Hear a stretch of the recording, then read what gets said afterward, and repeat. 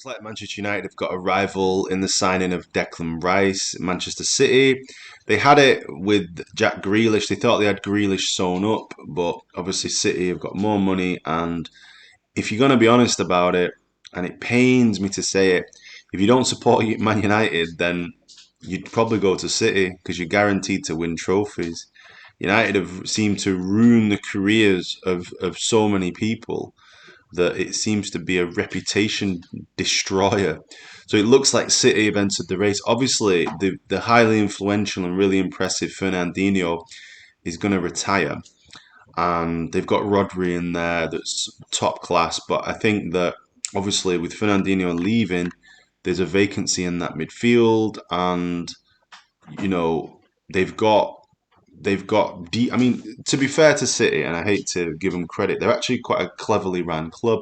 People look and say, oh, they paid £100 million for Grealish, but actually, they paid about £37 million net last year. So they sold Ferran Torres to Barcelona, they sold Jack Harrison to Leeds, and they sold Angelino to Leipzig. So net, they spent like 37 million, which in this market's not very much. And I think that they're probably going to try and get Haaland this summer. Again, that'll be for a pretty cheap release clause of like £65 million, which for him is at his age and his pedigree is like peanuts basically.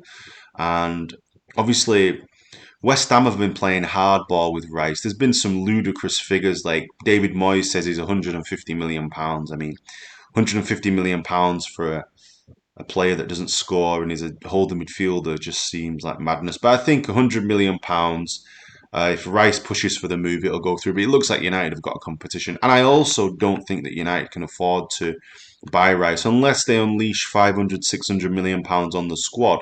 If you've got 150, £200 million, you can't really just buy Declan Rice because the squad needs to be. You need to buy a striker. You'll need to buy probably two midfielders. You'll probably need to buy a central defender. You need some fullbacks, and maybe if Ten Hag wants to play with kind of a sweeper keeper, United will need to buy a new goalkeeper as well. Because De Gea won't do it, and I don't know if Henderson can do it. So it looks like there's going to be Man City, Man United after Declan Rice, and to be fair, it'll cement them already as the strongest team in the Premier League. So United, I think it'd be really hard for them to attract Rice, and also like United aren't finishing in the Champions League. If it's a straight shootout between City and United for Rice, assuming he doesn't support Man United, you're going to go to City, aren't you?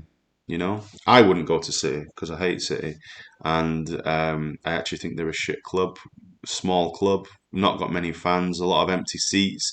I think Pep's overrated, but I think that to be fair, if you think about your career, you're 23 years of age, you can next 5 years win an awful lot with Man City. So it is what it is. But yeah, City and United might go head to head for Rice, and I'd imagine that City would win that race.